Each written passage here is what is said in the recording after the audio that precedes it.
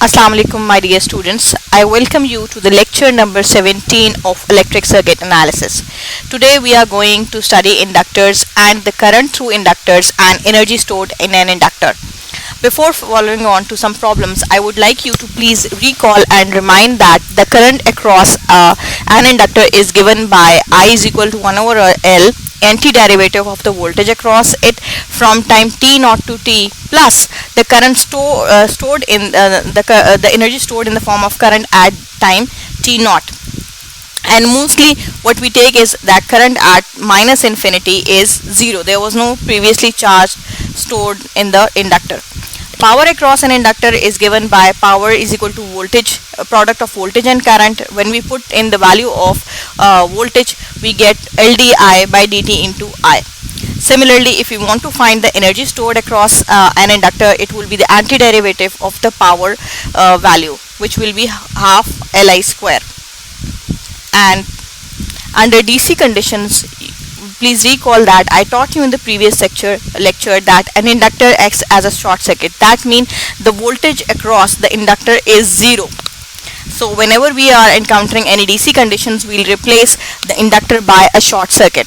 Example 6.9 states that we have an inductor of 5 Henry and the voltage value is 30 t square when the time is greater than 0, and for time limit less than 0 the voltage is 0. Also find the energy at t is equal to 5 seconds. Assume that there was no previous charge stored in the inductor. So as you know that by formula current I across an inductor is 1 over L t naught to t Vt plus I t naught. I'll insert the value of inductor and the voltage given in the circuit, and I t naught is given as 0. So by simple mathematics we get to know that this cancels out with each other, and we get is I is equal to this is t square dt. You know that when any variable has its derivative in its product, the power increases by factor 1, and the same power the term is divided by the same power exponent. So this is how we get t cube by 3. This cancels out and the current is 2 t cube ampere.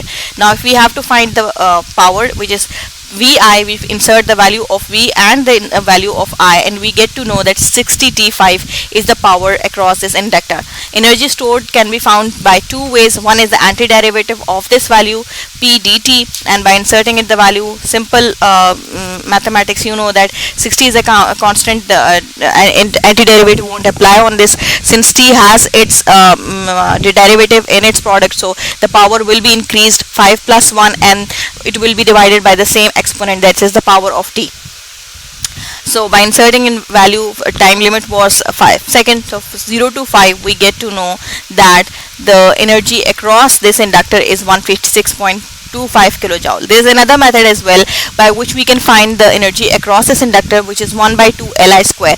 By inserting in the value of L and I, we get to know that this value is the same, that is 156.25 both ways. We can use a direct formula or we can take the antiderivative of the power. You can choose either, you are not bound to follow any particular one. Now moving on, practice problem number 6.9.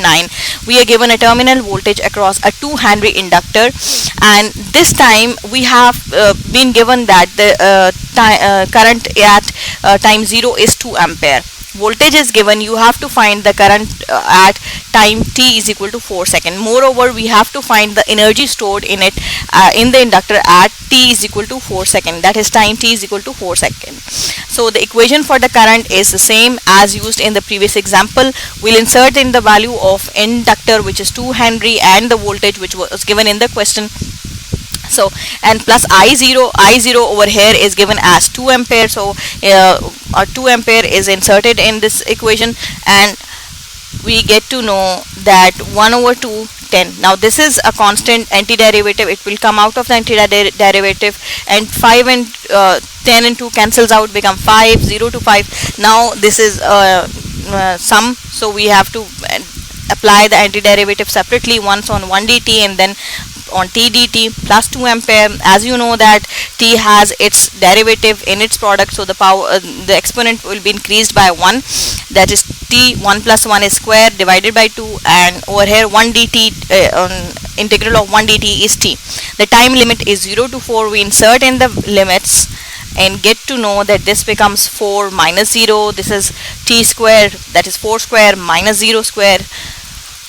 So we will get 4 square is 16. By simple arithmetic, more then we get to know that the current across this inductor is minus 18 ampere at t is equal to 4 second. Now in order to find the energy stored in this inductor, we'll use W is equal to 1 by 2 Li square. Time is 0 to 4, so we have the currents at both the times. We have the current at t is equal to 4 second, which is minus 18 ampere, and in the question given we were given that at time t is equal to 0 the current value is 2 ampere. So we insert in the value of current at 4 second, which was minus 18, and the current at time 0 t is equal to 0, which is 2.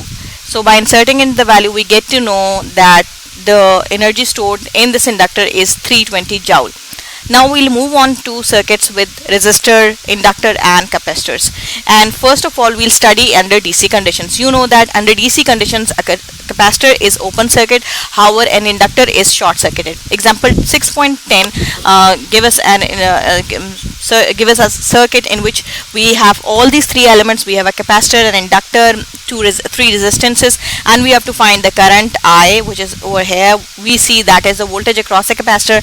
IL is the current through the inductor, and then we have to find the energy stored in the capacitor and energy stored in the inductor. So under DC conditions, recall that capacitor is open circuit, inductor is short circuit. So the circuit under DC condition would be the capacitor is replaced by its open circuit equivalent and the inductor is replaced by its short circuit equivalent. So, and you can see that anything in series with an open circuit, since there is no current flowing through this branch, is nullified. So this, we can simply remove this branch totally from the circuit, and what the circuit left as a result is under DC conditions is this. So the voltage across these 2 points is the voltage across the capacitor, which is in parallel to this 5 ohm. So we can say that V5 ohm is equal to Vc. Moreover, it is a simple series circuit, so I is equal to IL. We can find the current through this loop by dividing the net voltage by the total resistance in the circuit, which is given by Ohm's law. So I is equal to IL. Both this current and this current is the same, so it becomes 2 ampere because 12 divided by 6. Moreover, as I told you that this voltage is in parallel to this element, so Vc is equal to V5 ohm. 5 ohm is equal to, by Ohm's law, is equal to IR. So we put in the value 5 for the resistance. I current is 2 ampere across this resistance, and Vc is 10 volt. Now we have to find the energy stored in the capacitor and in the inductor.